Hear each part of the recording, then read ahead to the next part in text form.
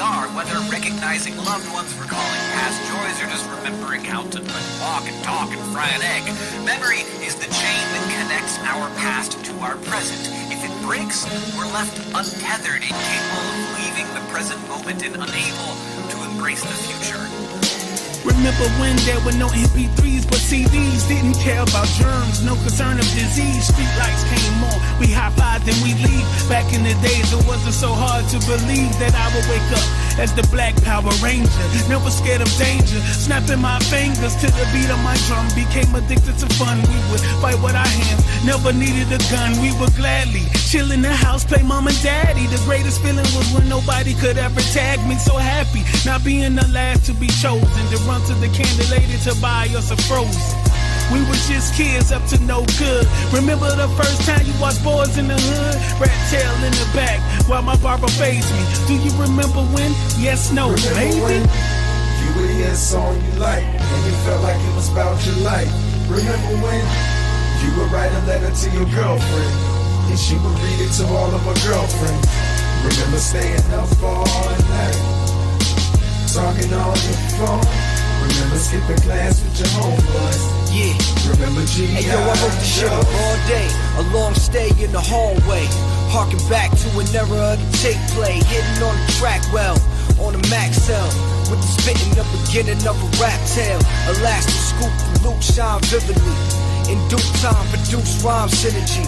And for the longest caught the blinking of the torment. Till England of performance, still thinking of us dormant. And so it be, who hold close and kept dear, were left there, won't know folks by next year. For ties cut, invest shares, perplex peers. Rise up, reflect fear, for hex sneers. The rest cheer, know we did it for a purpose. Poem of a kid who never did scratch surface. Until we own it, respect the craft for proponents. Cause it ain't over till the song. Remember what? You would hear a song you like, and you felt like it was about your life. Remember when you would write a letter to your girlfriend, and she would read it to all of her girlfriends. Remember staying up all night, talking on the phone. Remember skipping class with your homeboys. Remember G.I. Joe.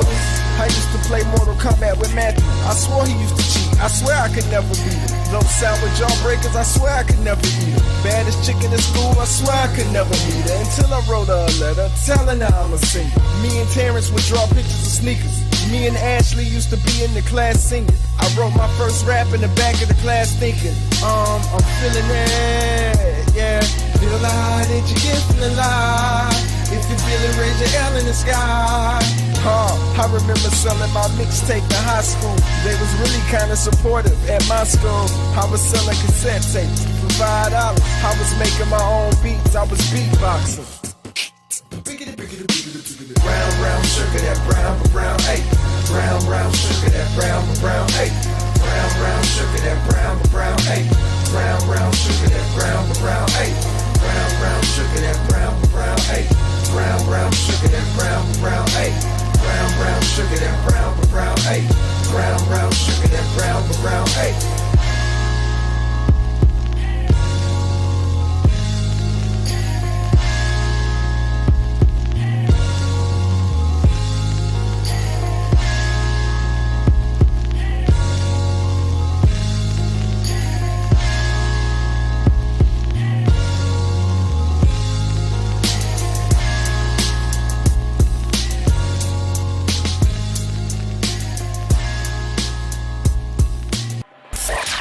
Fanfare starts in 5, 4, 3, 2, 1. This is Fanfare with Barry Cunningham. What's going on? It's a Friday evening. Thanks for anybody who ends up tuning in here. I end up cutting these things up for the next day. And one of the things I've noticed here in the first week of doing these things, these live every single night, 7:30 get together that we have, is that regardless of how many people watch live, I don't know what YouTube is doing, but they're pushing things out way after the stream ends. So we're getting a decent amount of people here in the first week to take a look at these things. In addition to that, since I'm not really doing a lot of dated stories, a lot of the content seems to have a lifespan beyond just a 45-minute or hour showtime. So any event, I just want to thank you for making the first week of this a pretty much a success. I'm very happy with the numbers. We're continuing to grow with each show. This one should be a challenge. I know it will be because it's Friday night, so I'm interested to see. And so let me get right into today's show. So I don't know how old you are. Obviously, you can see about my age. You could probably guess. When I grew up, I was going to Catholic school and then went to Catholic prep school. There was a guy on the radio, and his name was Dr. Demento. And Dr. Demento put on some of the craziest stuff on radio I've ever heard. I remember the first time I listened to Dr. Demento. I was with a couple of friends of mine. They said, "Have you ever heard Dr. Demento?" I'm like, "No, I've never heard of him." And he played some song called Dead Puppies. And I'm like, this stuff isn't real, man. Is that really a song called Dead Puppies? And yeah, it was. And that was the kind of thing that you would hear on Dr. Demento. I believe Grandma Got Run Over by a Reindeer was one of the first songs he played. It was stuff that you wouldn't normally see or hear rather on the traditional broadcast networks, even most college stations. Dr. Demento was out there. I mean, just out there. But it was fun listening to him because we'd hear something, we'd joke, we'd laugh, we'd hear some different kind of songs, and his voice was weird as hell. But it was something like, oh, that's pretty cool, and we just laugh at it. And then we get older, and we never listen to him anymore. I don't know if he's even still around. But Dr. Demento was basically my early foray into weird stuff, weird comedy. And so what I've decided to do is make Fridays, my Friday show, basically a homage to Dr. Demento, covering some things that are just kind of out there. Stuff that probably goes under the radar. You won't see it on First Take for the most part. I do have one show today that was part of Get Up, one segment. You won't see it on First Take. The other stuff, you won't see it on any of the ESPN networks. Nobody's going to want to talk about this stuff. But I'm like, hey, listen, since nobody's talking about it, that means there's a avenue here. There's a lane for me to talk about and bring some stuff to you guys. So let me just let you know in advance, you might get some toe stepped on. I'm not sure which side of the political aisle you reside on. Some people may not like it, may not find it funny, may not find it humorous. But I mean, I think one of the things we have to look at in life these days is we got to bring humor back. We have to be able to laugh at things. We have to be able to understand that life isn't in a box defined by somebody else. Nobody should be able to tell you what you should and shouldn't like, what you should and shouldn't read, what you should and shouldn't view.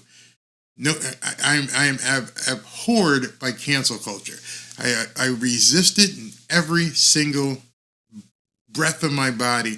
I will not be silenced. I will not have somebody else tell me what I can do, where I can go, any of this kind of stuff. And it's something that's popped up in the last couple of years, and I think we need to stop it. I think we just need to find a way to say, everybody, I don't care what you think, stop. This isn't going anywhere anymore, and we're over it. But in any event, one of those Dr. Demento-ish stories that came out this morning, and I have to say, I made some videos about this subject early on last year, prior to me even talking about dolphin stuff, and it took off. And I don't think a lot of you guys know, my biggest videos, my most viewed videos, my almost viral videos, have nothing to do with the Miami Dolphins. People are like, what? Nope. Out of the top 10 or 15 videos on this channel, only 3 or 4 of them have anything to do with the Miami Dolphins. That was something I should adhered to months ago and realized you got to go broad, man. There's a huge audience of people who aren't hearing what's really going on. And there's a huge audience of people who want to hear what's going on. So, yeah, my first foray into virality was about this topic over a year ago. So, what is that topic? So, many of you remember when Brittney Griner went to Russia. And when she went to Russia, she was put in jail because of, depending on who you listen to, she brought drugs into the airport, the dog sniffed it out, she was used as a political pawn. Whatever the reason was, you had a WNBA basketball player who was arguably the best player at that time, who went to Russia, did something stupid, got put in jail, got sentenced to like 9 years, and they traded this guy called the Master of Death or something like that, Merchant of Death. I'll touch on that, but they traded him for her, left a soldier over there, and she got to come home. Even though throughout the time before she went there, she was one of those people who was involved in cancel culture, and of course she's married to a woman. She's married to a woman. I don't care about that. That's her business. What I do care about is the way she completely denigrated America. The way she just turned her back on America until such time as you needed America to come bail you out. Until you needed America to come over and say, hey, we need to get this woman out of jail. I hope she goes by woman. I'm not going to use any pronouns here. But we had to go over there and negotiate to get her back here. And everybody was screaming about Brittney. And I was just doing my videos, and I'm like, wait a minute, these things are taking off. These videos about Brittney Griner, is nobody else covering this stuff? Because it went huge. So Brittney made some news, and I think it's today. She made some news again today. And I couldn't believe what I saw. I literally could not believe what I saw. So let me go ahead and show you guys exactly what happened. Can you believe, as I adjust my chair again, can you believe with all of the problems at Disney, with all of the uproar about their wokeness, with all of the problems that they are having selling these movies, with all of the problems that they're having getting people to buy tickets, they have decided that what they're going to do is a show and not just one, a show and a series on ESPN and ABC and on Disney about Brittney Griner. I thought, full disclosure, I used to work for Walt Disney World in Orlando, and it was a great place to work back then, and it has turned into Nuttyville. Absolute Nuttyville. As you know, Bob Iger, the new CEO, not new, but he's the CEO, and he and DeSantis down here and Elon Musk have all been battling because he just wanted to continue being woke, despite the fact that they keep losing money. Over and over, time and time again, pulling movies. They had to pull Snow White because of the crazy chick that they cast as Snow White was out there running her mouth, and they were looking at losing hundreds of millions of dollars. Their movies have tanked. It just seems like, other than the golden, what's the opposite of the golden touch? The black touch? I don't want to do it in terms of color, but it's just been completely terrible. So Disney decides they're going to do both a documentary and a script series about a hero, Brittney Griner. To me, it's almost like somebody is forcing these people to do this. I don't even want to watch Brittney Griner play basketball. I definitely don't want to tune in and watch a series and a movie about her.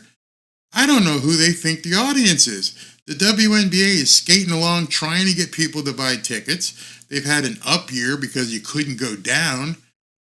But it's not like there's a vast television audience to watch the WNBA. And I gotta believe whatever audience the WNBA has, it shrinks considerably when you say would you like to watch a documentary and a series, not just one shot, and a series about Brittney Griner. I don't know what they're thinking. I've asked some people, I'm like, would you? No, I would never tune in. I just have no desire. Who wants to watch that kind of crap? Forget her lifestyle. Forget that. Forget the fact that she was in jail. Forget that. Forget the fact that she hated America. Forget that. Who cares? Who cares what Brittney Griner is going to say, her and her wife, during this series? How did she ever get approached and say, hey, listen, I got a good idea. Let's greenlight a series about Brittney Griner. Dude, that sounds fantastic.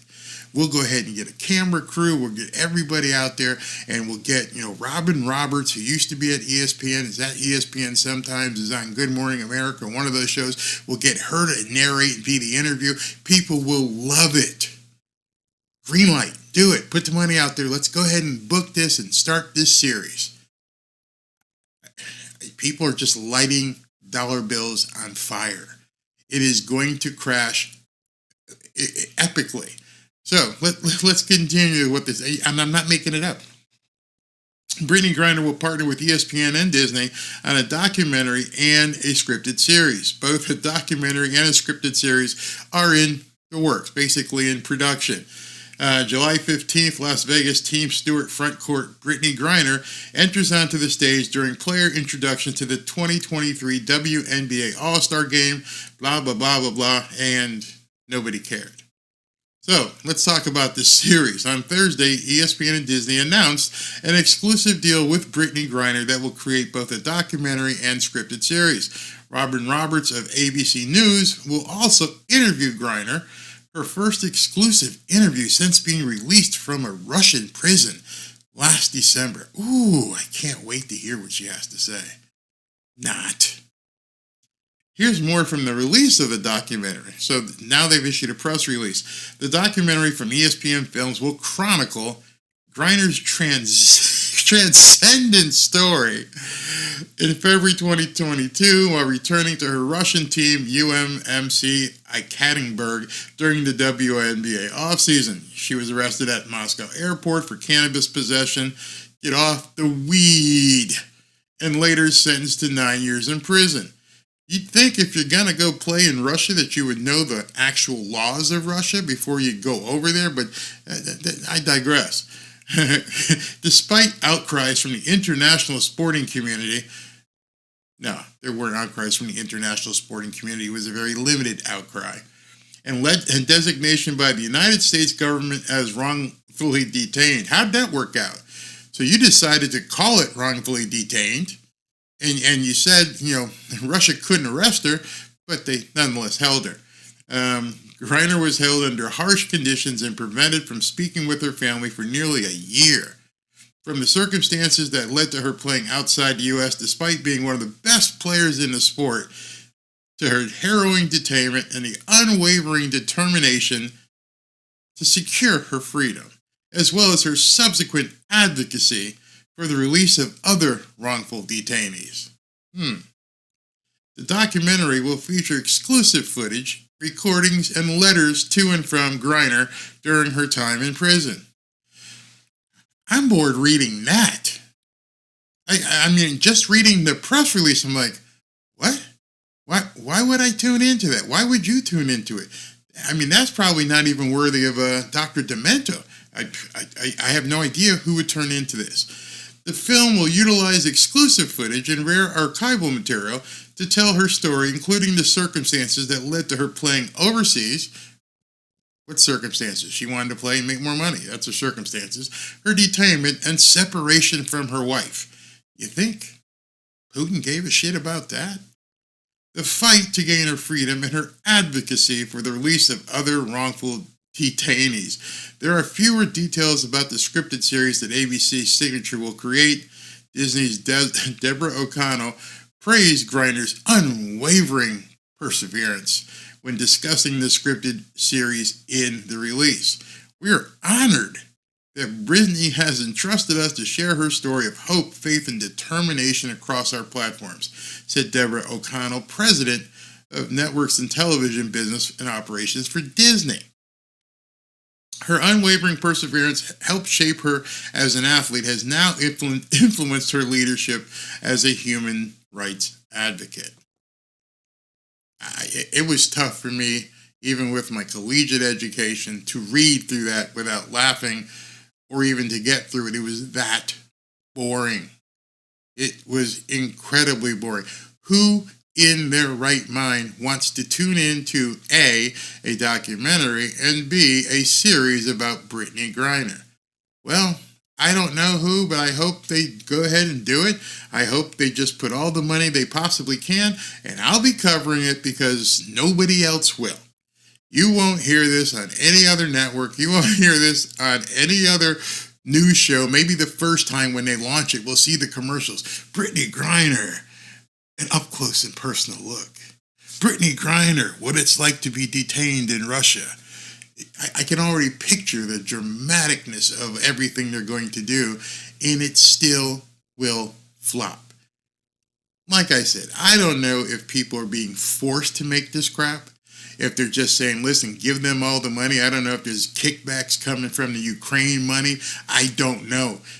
But it's insane as a business person. Just like with Bud Light, and the decisions these people are making don't make rational sense. It is Dr. Demento stuff. It is dead puppies. It is stuff that nobody wants to hear except for people at 3 a.m. watching she's dead, but Suzanne Summers Crunch infomercial, and they can tune on to see the Brittney Griner documentary coming up next. Click.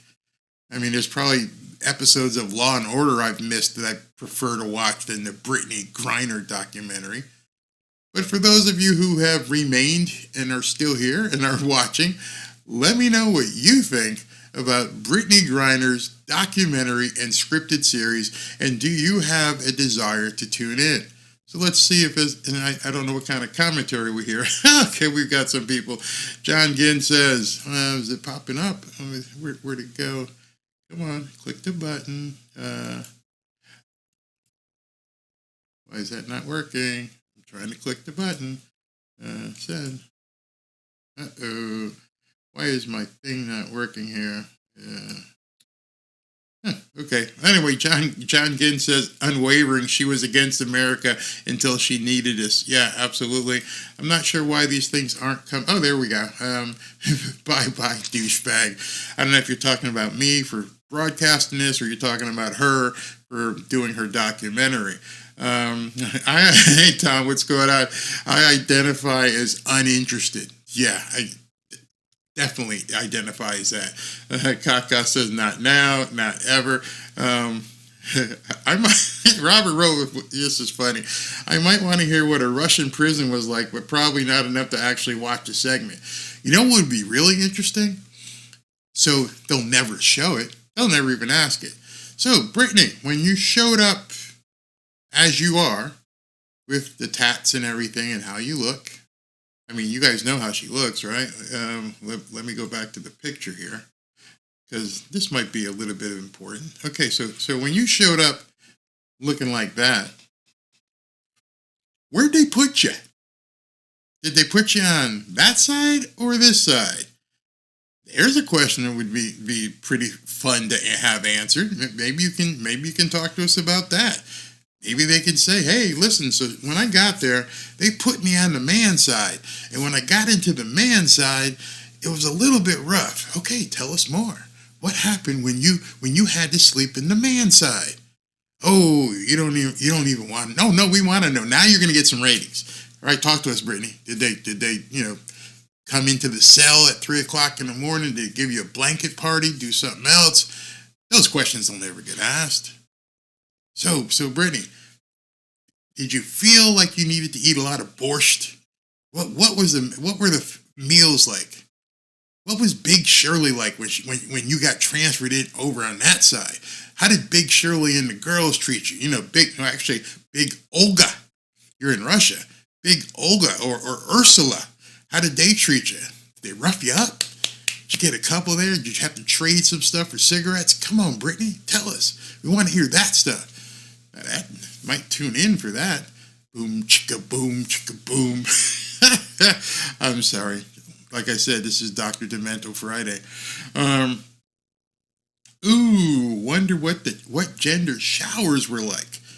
Brittney, when it was time to, wash up, did you have a private shower or did you have to walk in where all the other inmates do, like we see on TV.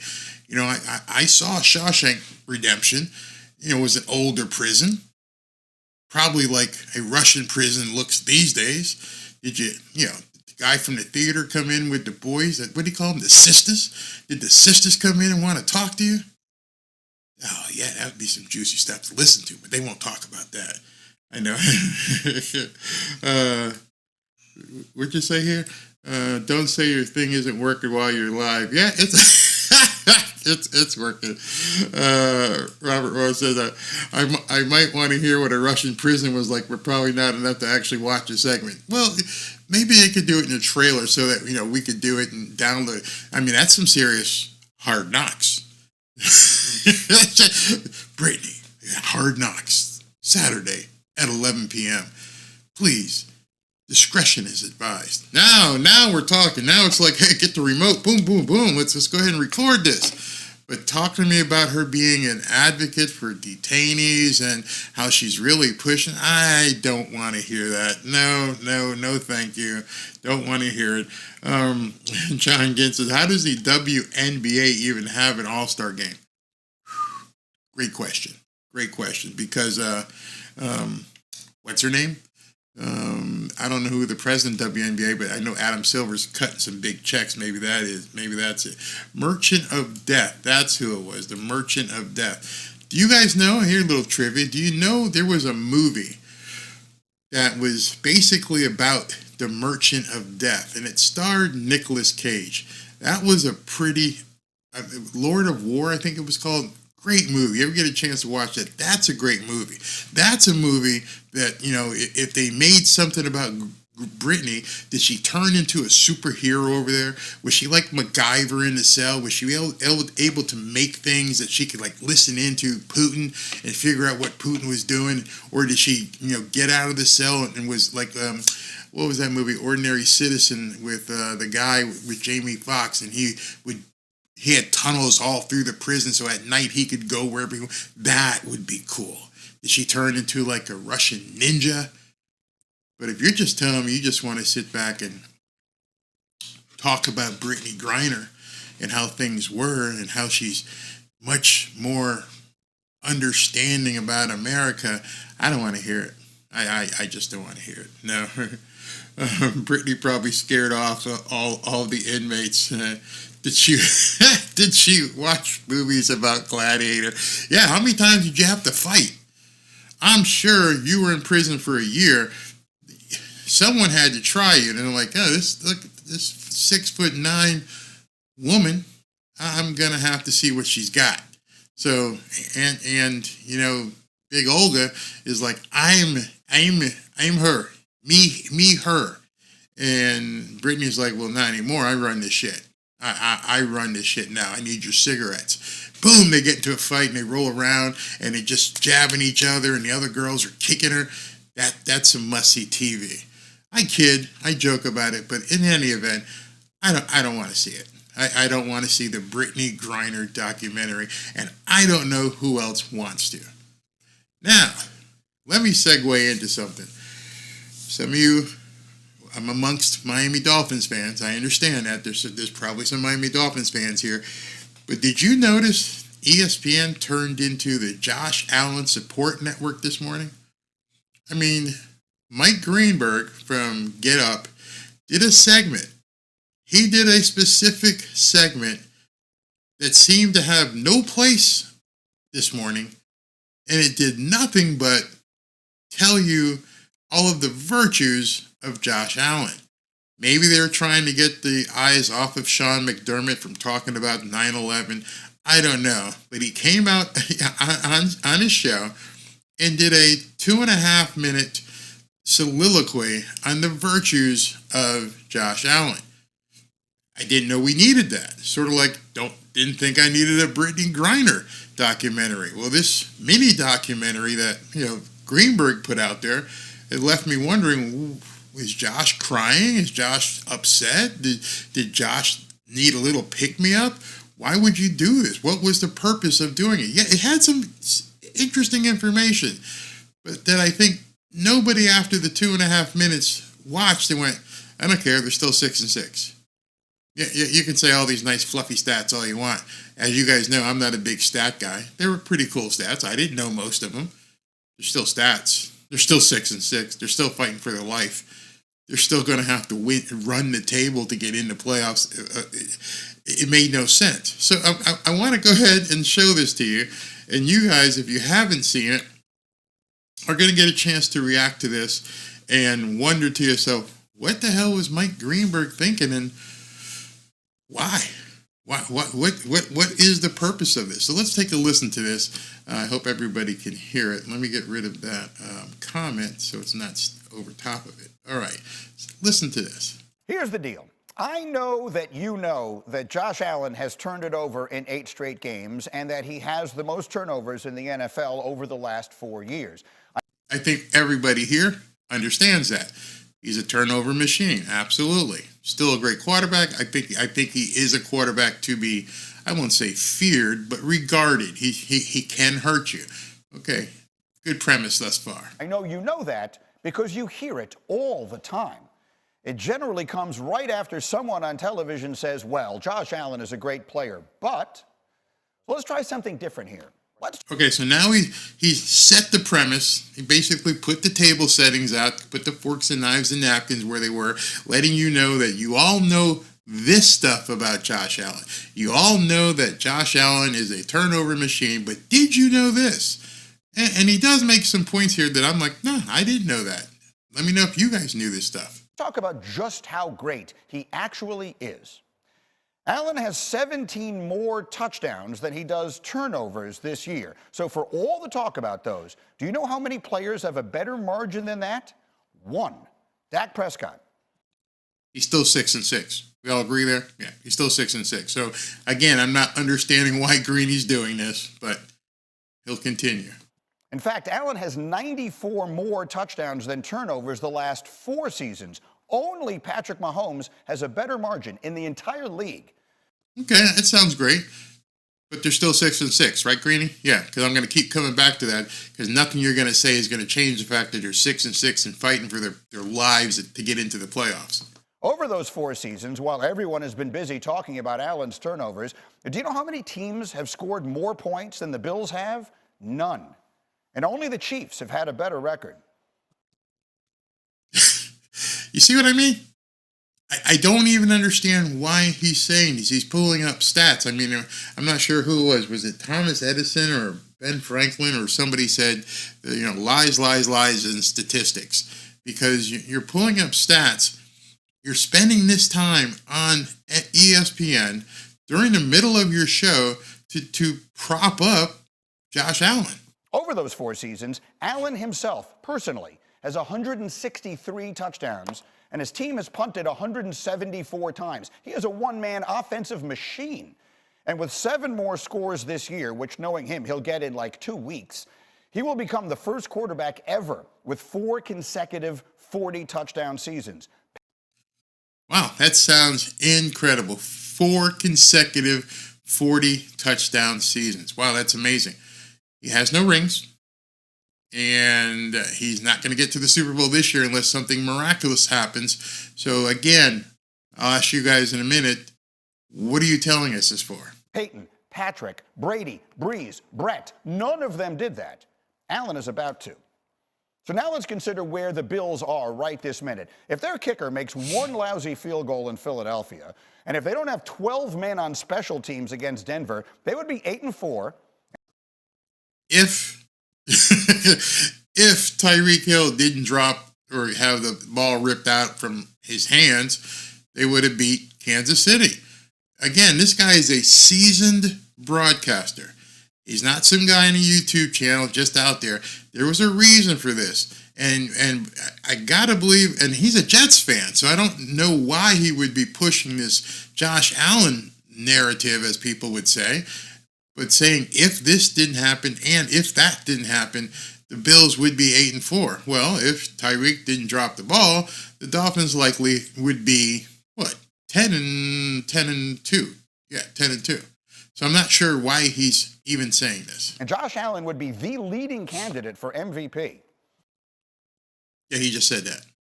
He just said if this, if that, then Josh Allen would be the leading candidate for the MVP. This is from a Jets fan. So in conclusion, let me say this. The year that Aaron Judge hit 62 home runs, I never once heard anyone mention that he also struck out 175 times. Why? Because he was so good, it more than made up for the imperfection. Josh. He is saying that Josh Allen is so good, comparatively speaking to Aaron Judge, that he's so good it makes up for his imperfections. Allen is that good too. And there is no need to put a but at the end of that sentence. All right. You heard it. You tell me why that was aired. What was the purpose of him airing that Glory to Josh Allen segment on his national show, and he's not even a fan of the Buffalo Bills? It just made no sense to me. I mean, don't see that. He didn't do it for his own team. Hey, Zach Wilson really isn't that bad. Here's some stats to show you Zach Wilson isn't that bad. Probably couldn't find those stats, but again, I would understand. You're a Jets fan. Why you would say that about Josh Allen in the middle of your show with, I don't know. What do you guys think? If Aaron Rodgers didn't tear his Achilles, absolutely. Or good point here, Pirate Radio. Is Vegas pushing the story to get folks to bet on the Bills? Wow. I didn't even consider that. I didn't even think that could be a motivation. You're absolutely right. I think the spread is 1.5. I think the Chiefs are favored by 1.5 points, so it's really tight. So maybe that is indeed why he's pushing this narrative. John Gordon, how you doing tonight, sir? It's a quarterback-centric league, which makes it easy for desperate media. Yeah, but why? Josh, why didn't you say that about Tua? Hey, here's some stats about Tua. And you know, if not for this, not for that, Tua could be the leading MVP candidate. We've heard about Purdy. We've heard about Jalen Hurts. What about Tua? What about Patrick Mahomes? Why did you pick Josh Allen? I think the betting angle might be good. Tua is good, but he almost threw an interception. If not for the interception, if not for the pick six, he could be an MVP candidate. You're absolutely right. Doesn't make any sense. A Jets fan naturally hates the Dolphins, so he doesn't want Tua or Tyreek getting the spotlight. Another good point there. You guys are on point today. You guys are definitely on point here. Let's see what I'll hear. If wishes were fishes, the world would be an ocean. One more offensive machine, and he's still sixes. That's what I kept listening to. I was on the couch and I was clicking it. You're not going to change that one stat. All those other stats, I say, and you know I'm true to that. I say the same thing about the Dolphins. I say, hey, man, these stats don't mean anything. It's about winning these games. Everyone gets mad at me. And I thought it was very funny that this guy just did the same thing with Josh Allen. And I wanted to show you because now you guys probably see from that the ridiculousness. Is that a word? Ridiculousness of spewing stats. None of the stats he just mentioned matter this much. You're playing Kansas City Chiefs at Kansas City on Sunday, and you're playing that game against the Super Bowl champions, and they don't give a shit what you've done in your past. They're looking to take your face off this week and hopefully continue the turnover mill that you have become, because none of those stats matter to Patrick Mahomes or Chris Jones or anybody else on that team. To me, that was a great parallel, not because of what he said about Josh Allen, but because of what I've been saying about stats. You just heard a 2.5 minute soliloquy praising Josh Allen with stats that mean nothing. You all agree. You're all seeing it. You went, they're 6-6. Doesn't matter. None of that matters. Exactly.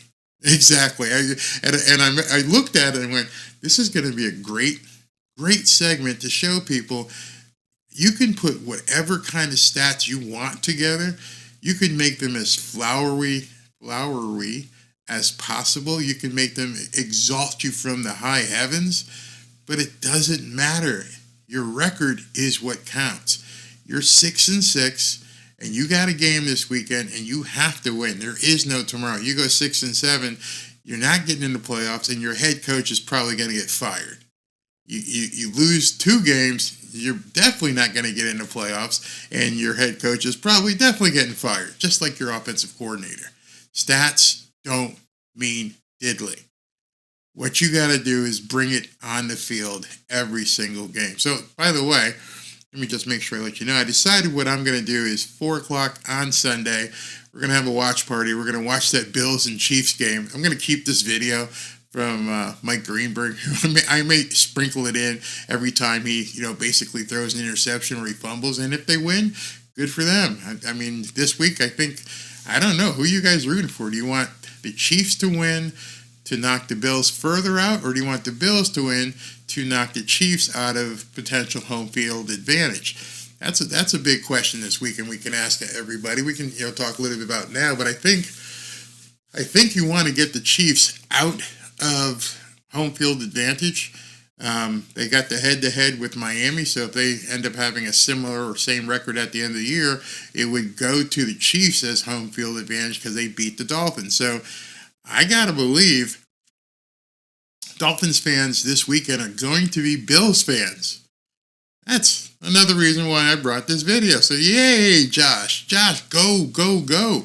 Everybody has to be a Josh Allen fan this weekend, and you got to hope that he puts up some serious numbers, those same stats, against the Kansas City Chiefs. Who would have thunk that Dolphins fans have to root for the Bills? Nah, I would have never thought it. Never thought it. What's this? We are totally in streaming with you. Oh, great. Bills winning would be best. Hey, Robert, how are you doing? I don't like what this NBA player Griner is doing, and I seriously don't care for it, but insane how crap like this happens. It's absolutely insane. Yeah, and they put big money behind it.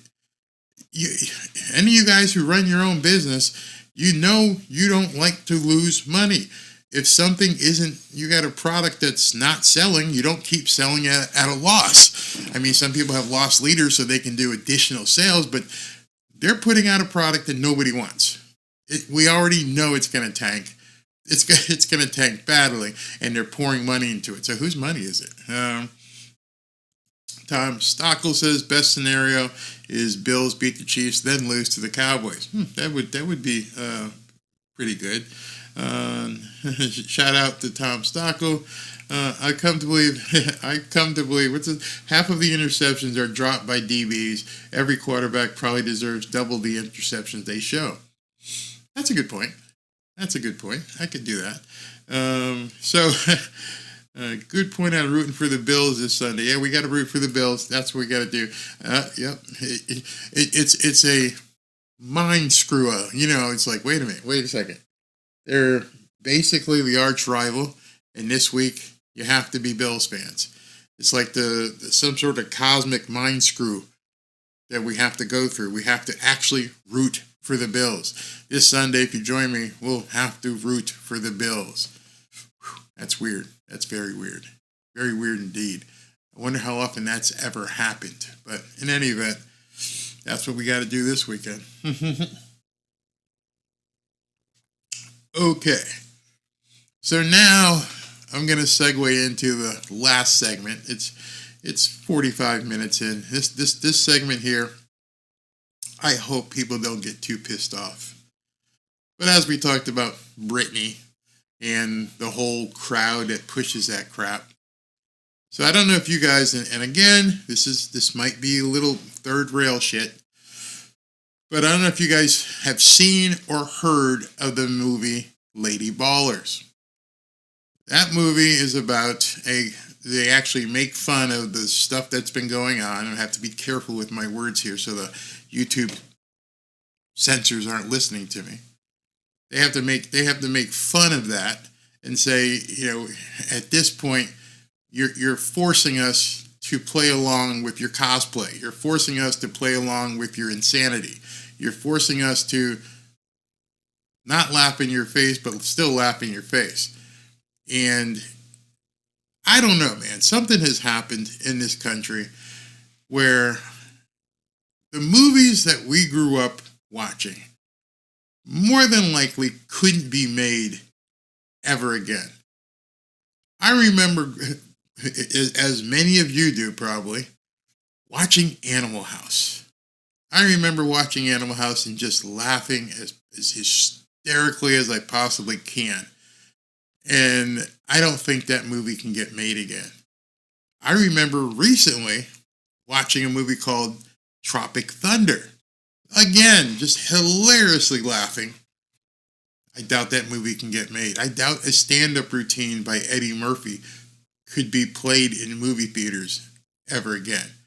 I doubt a stand-up routine from Richard Pryor could ever be played in movie theaters again. Although many of us download them and watch them on Netflix and look at them on YouTube TV. Excuse me. Whatever we need to do in the privacy of our homes, because God forbid we watched a movie that the others didn't approve of. I just don't play that game.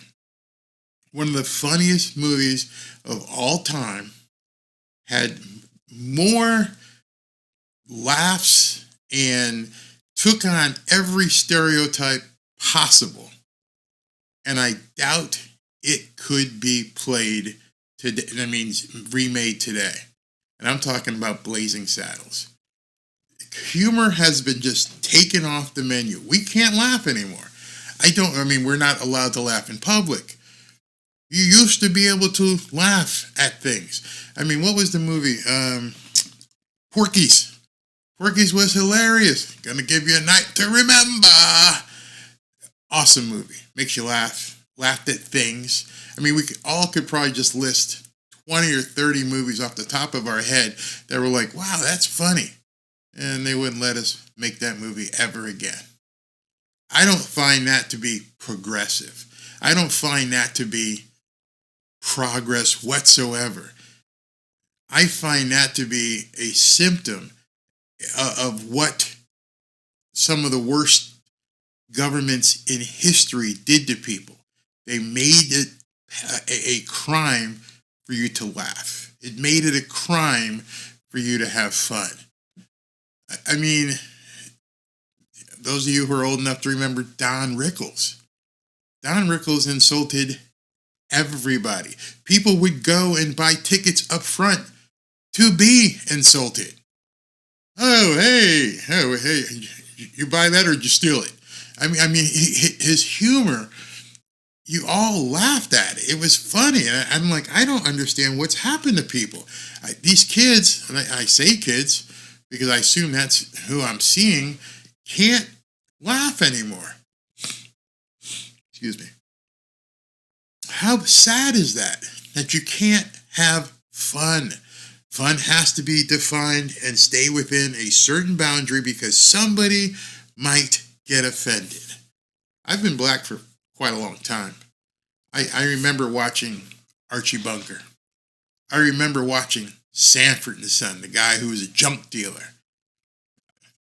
Didn't make me break out in hives. Didn't make me want to cry and call my mom. I need a safe space because they're showing a black man in a junkyard. I don't know what's happened. So now we're full circle and somebody has decided, hey, I'm going to make a movie about all this crap that's going on.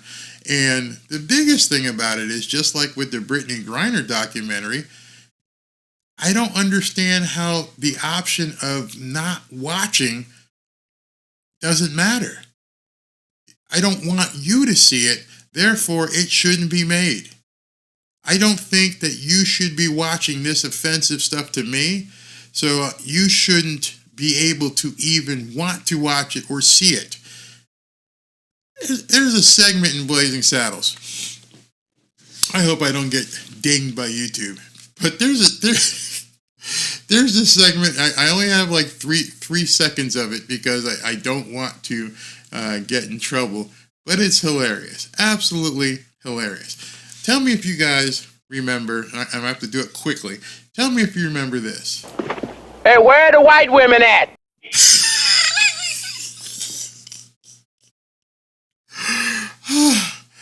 Y'all remember that?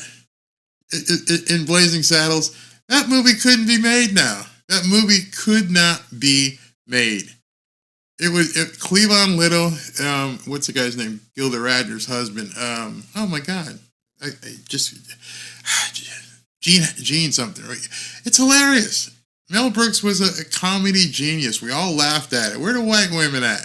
You couldn't make that now. You couldn't even think about making that now. Well, so now we get to a point where they put this movie together, which whether or not it's funny, whether it's something that is leaving you laughing out loud or just a few laughs in between, the fact of the matter is, if you don't like it, don't watch it. When I choose to go to a restaurant, you don't have to eat what I pick off the menu. I don't look over at the table next to me and go, hey, you can't eat that. I don't want spaghetti eaten in this restaurant. You're not allowed to eat spaghetti in my presence. I'm offended. Pick something else. What would happen if you did that?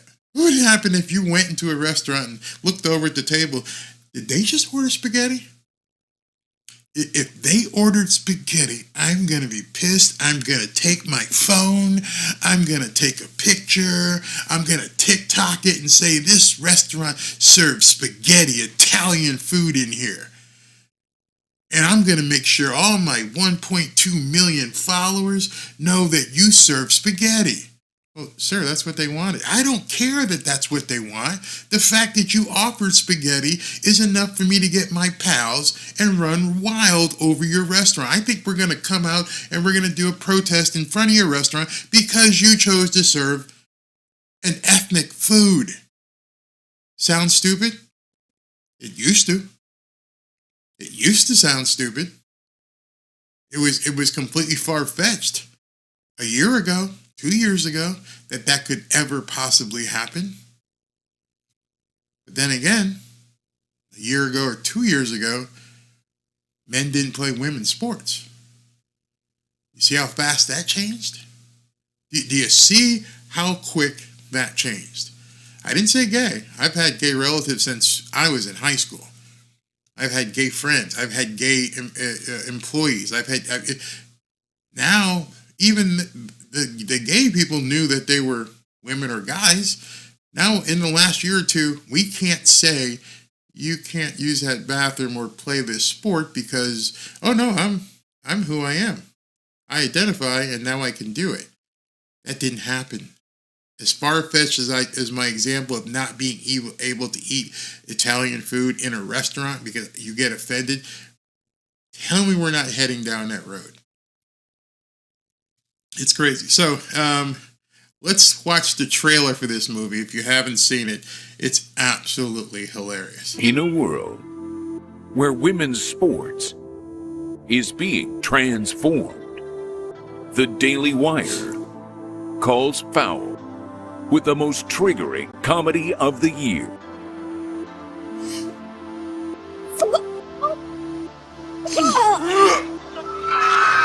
Guys, this is serious. Sports can be your pathway to a better life. Well, like yours?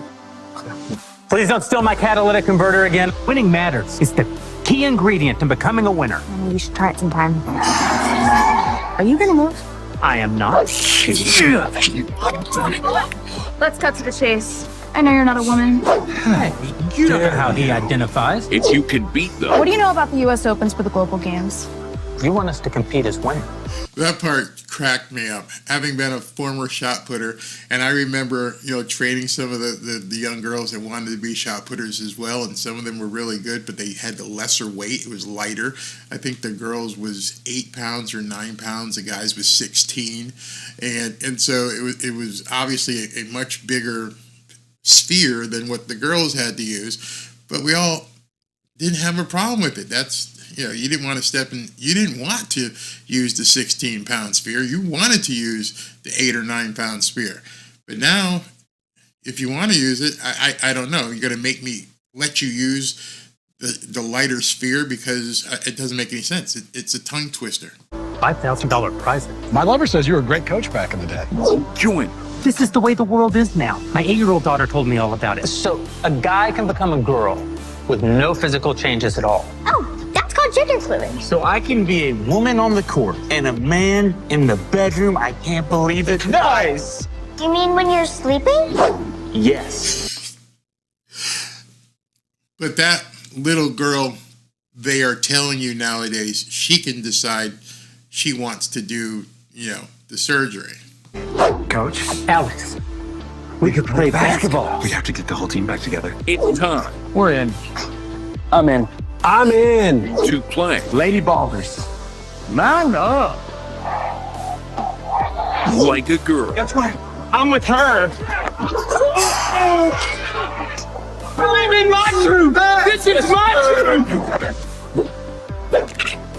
Hero. Now they show the girls getting hit in the face and some of that stuff. You guys realize how many women/girls have been hurt playing against these guys, having their faces smashed in from volleyball, having their teeth bashed in from field hockey.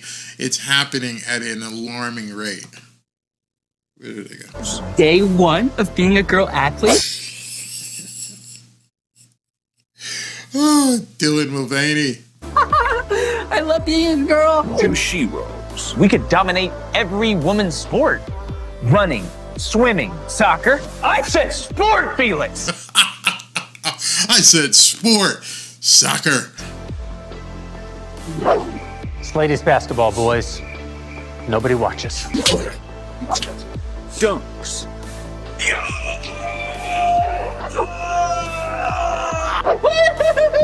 And tucking trunks. You know she didn't.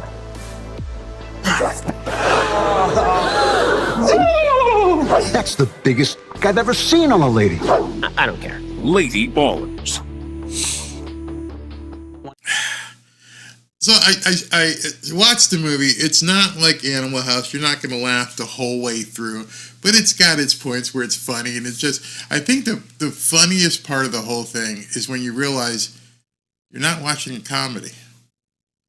I think that's when you realize, at least when I watched Animal House and I saw them doing stuff and, all the crazy stuff John Belushi did, I understood it was a comedy. It wasn't real life. When I watched Blazing Saddles, I knew watching Blazing Saddles that, what was the big guy who Alex Karras played, that Hondo, whatever it is, and he punched a horse in the head. I knew I was watching comedy. When you watch this movie, you kind of feel sad because you realize I'm not watching comedy. I'm actually watching real life. This is happening. And people are taking a side and saying, you can't do this. You have to accept me. And then they try to align it as though, hey, you had to go through it as a black guy, and you had to go through it as X, Y, and Z. So now it's our turn. And I knew it from the day they started with the LGBTQI, SSSI, PPI. I knew all that stuff, where this thing was headed.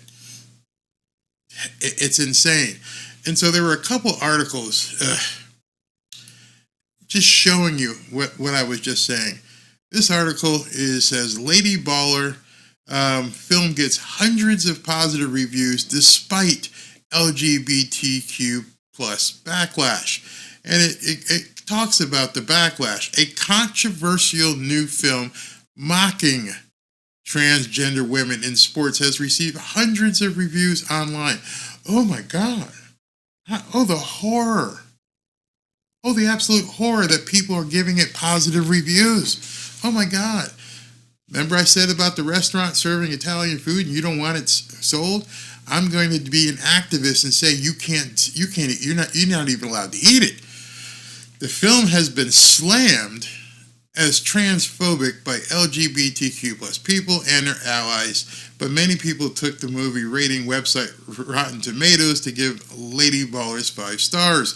Its release comes amid an ongoing cultural war about transgender rights, especially around competing in sports with cisgender women. I don't even know what the hell they're talking about. Can you just read those words to yourself and go, what? Transphobic, transgender rights, cisgender, what the hell are you talking about? You're making shit up and you're saying you don't like it and it's controversial. It's controversial. If it's so controversial, don't go. That's what I'm saying. Why would it be controversial? Because it offends you. Okay, I'm sure there are places I could go where they've probably got some things in the bar, in the restaurant, maybe even in the yard that I probably shouldn't go to. You do you. You want to, have the Confederate flag and listen to whatever music, and I just won't go there. I remember I was taking a trip through Georgia, and I came up through Tallahassee, and we drove through the back roads to get to Valdosta because there was some accidents and stuff. And I pull into a gas station outside of Valdosta, Georgia. And I go out, pay for the gas, grab a soda, come back out. And my daughter locked the car doors with the keys in it and laid down and went to sleep. And I'm like tapping on the window. Hey, wake up, open the doors. And I go back inside, and the guy at the counter goes, I swear to God, true story, you ain't from around here, is you? And I went, no, but all I need to do is get my car unlocked and I'll make sure I go back to where I came from. True story. He actually said those words to me. You ain't from around here, is you? And I realized right then, this wasn't the place I needed to be at 4 o'clock in the morning with a white-looking little girl stuck inside of a car. And so then the police show up. Guy looks in the car. He looks at me. That's your daughter? Yes, sir, that's my daughter. I'm going to need you to prove it. And tap on the window, wake her up, and ask her. And that was how I got out of that situation. He tapped on the window, and he go, honey, can you point to your daddy? And she pointed to me. And she goes, what's his name? Daddy. Oh, God, I lost it. I absolutely lost it. And they did the Slim Jim thing and got in the car so I could drive away quickly. But I didn't stand out in front of the gas station. I'm going to have to take a picture of you, Bubba, and I'm going to have to tell all my friends that you asked me if I was from around here. No, I just went, okay, this isn't someplace I need to be, and I'll make sure I leave really quickly. If you go to a movie that you don't like, why are you pissed off that other people do like it? Why do you want to call them names? Phobic. I always laughed at that because the word phobic means you're afraid of something. I'm not afraid of it. Oh, never mind, I won't say the word, but you guys can all fill in the blank. I'm not afraid. Definitely not afraid. I'm not phobic. You've come up with all these words to try and demean the way we think. We just think you're living a comedy. It's kind of funny. And we're coming to see a movie about that. Just like we saw Blazing Saddles years and years ago. And then now this is from the other side. This side says, this movie will make you rethink everything you ever learned about women with balls. I just thought that was hilarious. And it says, there is no shortage of relatively recent films that could never get made today, as I was saying. You can read all about it by clicking on one of the many dumb listicles on the internet, which vary in terms of how bad they want you to feel for still ever liking these problematic movies. Some of these films are beloved comedy classics like Mrs. Doubtfire. I didn't know that was a bad movie. I thought it was funny. Ace Ventura, Pet Detective?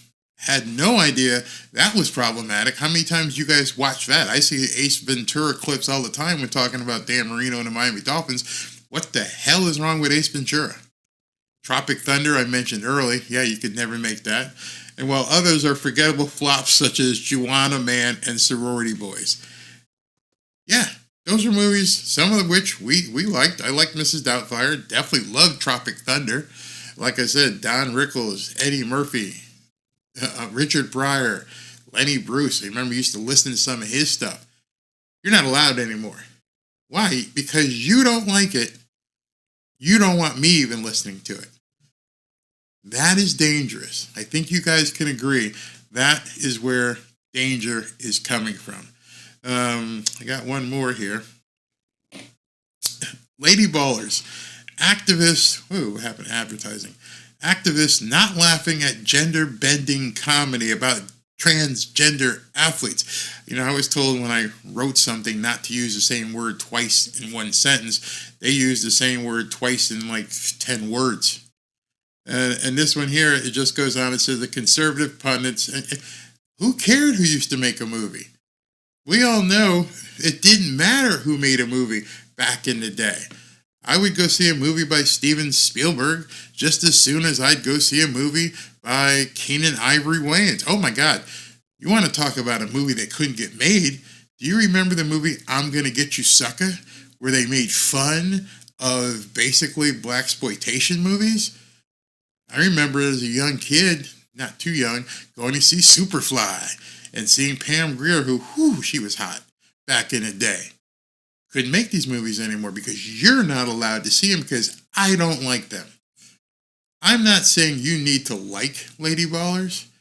I'm saying, regardless of what side of the aisle you're on, and this is my point, you need to stand up for other people's choices. If you want to go see Lady Ballers, have at it. If you want to go being an activist and go downtown and carry a sign and a pitchfork, have at it. I don't care. I don't care what you'll do, as long as you don't break the law, and you shouldn't care what I do. That's what I want to see. But I think we're on a slope where things are going to get really bad real soon. I mean, I just don't see any way of us getting back to that point where this was okay. Hey, where are the white women at? Those days are gone. Those days are so far gone where that movie could be played today. Made today. So that's my Dr. Demento Friday for you. I hope I didn't scare some of you guys off, knowing now like what Barry really thinks and what Fridays are going to be like. Because Fridays are going to be that little area where I kind of cross over and start talking about things I really care about. And I really care about the fact that if I want to go to a restaurant and have Italian food, by God, I'm going to go to a restaurant and have Italian food. That's just it. It doesn't matter to me that you're offended that I'm eating some sausage and some meatballs here. That's just it. My doctor might be offended because I don't really eat that stuff anyway. I don't load up on carbs anymore. But if I wanted to, I could order it. And I think that's what you guys all should too. So John says, "You're not phobic, man." John, we are in totally straight. Oh, did I hit the wrong button? I hit the wrong button. Again, I keep hitting these wrong buttons. Why is that not showing? I don't know, John. Your stuff, it doesn't seem to show up. Okay. Yeah, thank you, Barry. Normal is good. Yeah, it depends on who wants to define normal. Not afraid of gays, trans, or anyone that is a he or him. Real men are needed. Yes, real men are needed. Somebody goes, "Is transphobic a bad thing?" Didn't say that. You didn't hear me once say that in like 15-minute segment. I didn't say it was a bad thing. But what I am saying is you don't get to define me. I think that's what you mean. It's just like, hey man, if I'm transphobic, is that supposed to be bad? I'm not going to define you. I think you can think what you want. I just don't think other people should tell you that you're transphobic. Because like you're saying, I'm pretty sure what you're saying is, hey man, if I am, I am. Sorry that bothers you. That's it. I don't need a safe space. I don't need to go cry under a desk. I don't need to make a TikTok video go, oh my God, people on my YouTube stream were talking transphobic stuff. It was awful. Oh, it was awful. It was awful. So you're saying no one is pretending to be a zit. Oh my God, you've seen Animal House. If you guys haven't seen Animal House, I won't blow it for you. But John is talking about a specific part in that movie that it's just funny as hell. Again, it couldn't be made these days. John says, spent 2 years of my life getting my daughter in the pool every 6 a.m. every Saturday, then driving. Short window for women in sports and limited long term. Yeah, to me it's awful. I have a daughter. She's older now, but I've got 2 little beautiful granddaughters that I think the same as you guys would kill for them, would do anything to keep them safe. And I would be the last person you want at a stadium bathroom to see some guy walk in behind my two granddaughters. I'm pretty sure that person isn't getting in that bathroom while my they're not getting in there while my wife's in there. Every time my wife and I go to a public place, to a restaurant, at this point, I stand outside the door. If it's a group bathroom, if it's single stall, she just locks the door. But she's like, I need to go to the bathroom. Okay, let's go. Leave your seats from the movie theater, from the stadium, wherever you are. I'll be right next to you, and I'll just scan. And I'm like, ooh, you're going to have to wait, bud. Oh, don't call me bud. I don't care. You're still going to have to wait. Because as much as you've changed everything, you've changed your way you look, you're not taking me. So I'm just going to let you know, my wife's in the bathroom. When she comes out, you can go in whatever you want. You're just not going in there while she's in there. Is that transphobic? Call me what it is. Don't care. Sorry. It is what it is. All right, guys. That's all I got for you on a Friday night. Hope I didn't offend too many people, that you guys are okay with everything. And then if you're not, then I probably won't see you anyway, so it doesn't really matter. Have a great Friday evening. Have a great Saturday. Watch the Army-Navy game tomorrow. Salute these guys who are out there. And then Sunday, 4 o'clock, we're going to hit the Bills-Chiefs game. So I'll talk to you guys on Sunday, those of you who can join. Everybody else, have a great